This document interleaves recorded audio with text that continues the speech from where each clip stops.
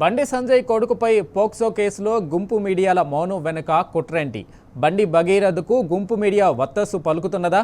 ఇవాళ బండి భగీరథ్ విచారణ ఉన్నా ఒక్క మీడియా కూడా పేట్ బషీర్బాగ్ పోలీస్ స్టేషన్కు ఎందుకు వెళ్లలేదు? బండి సంజయ్ కొడుకు పోలీసు విచారణకు రాడని గుంపు మీడియాకు ముందే సమాచారం ఉందా? లొట్టపీసు కేసుల్లో విచారణ అనగానే అర్ధరాత్రుల్లో లైవ్ కిట్లతో పడిగాపులు పడిన వారికి ఇప్పుడు ఏం పుట్టింది? ఆ కేసుల్లో కోడిగుడ్డుపై ఈకలు పీకిన గుంపు మీడియా ఇప్పుడు నోరెత్తదేం? కేసులేంటి, సెక్షన్స్ ఏంటి, ఎంత శిక్ష పడొచ్చు అన్న గ్రాఫిక్స్ ఎక్కడ? స్టూడియోల్లో లైవ్లు పెట్టి యాంకర్లే జడ్జీల్లా తీర్పులిచ్చే వాళ్ళు కదా, ఇప్పుడు నోరు పెగలట్లేదా? రజనీకాంత్, వెంకటకృష్ణ, మూర్తి, సాంబా ఎక్కడ పోయారు? ఇప్పుడు గుండెలు బాదుకోరా? మైనర్పై బండి సంజయ్ కొడుకు రేప్ కేసు అంటే అంత పట్టనితనం ఎందుకు? రేవంత్ ఆదేశించాడా? బండి సంజయ్ హుకుం ఇచ్చాడా?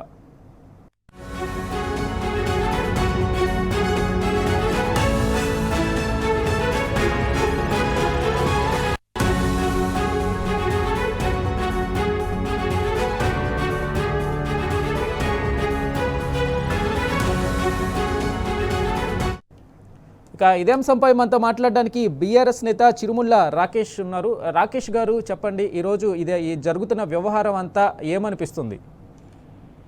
గుడ్ ఈవినింగ్ అండి వెంకట్ గారు.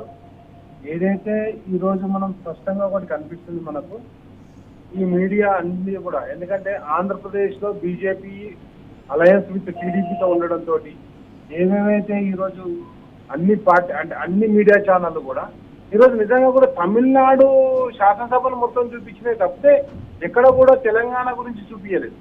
తెలంగాణలో జరుగుతున్నటువంటి మహిళా సంఘాల ఆందోళన కావచ్చు, లేకపోతే జరుగుతున్నటువంటి అంశాలు కావచ్చు, లేకపోతే ఈ రోజు ఏదైతే పోలీస్ నోటీస్ ఇచ్చిన తర్వాత కూడా బండి సంజయ్ గారి కొడుకు అటెండ్ కాకపోవడం కూడా చూపెట్టలేదు.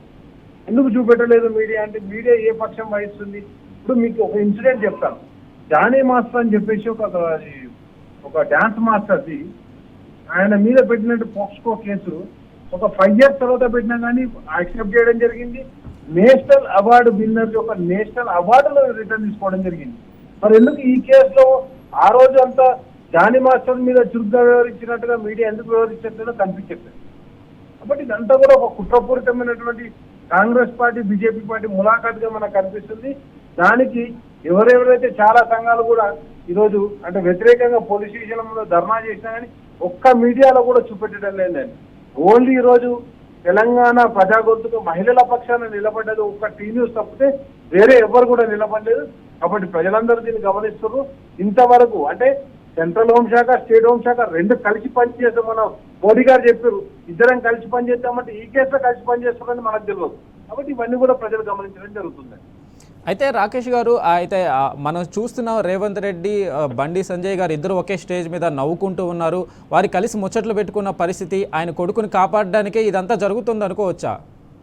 తప్పకుండా నేనేమంటున్నా అంటే, ఆ రోజు ఓటుకు నోటు కేసు అయితే నాకేం కాలేదు, మీకు కూడా ఏం కాదని చెప్పేసి ఒకరికొకరు భరోసా ఇచ్చినట్టుగానే కనిపిస్తుంది తప్పితే ఎక్కడ కూడా చట్టాన్ని రక్షిస్తామన్న సోయి కావచ్చు, స్పృహ కావచ్చు ఎక్కడో కనిపించట్లేదు. నేను ఒకటే అంటున్నా, ఒక సెంట్రల్ మంత్రిగా ఉన్నప్పుడు ఒక నమ్మకం కల్పించాల్సింది ప్రజల్లో. నిన్న ఆయన అన్నాడు, ఏదైతే ఒక ర్యాలీలో అన్నాడు, నా కొడుకు తప్పు చేస్తే తప్పకుండా శిక్షార్హుడు.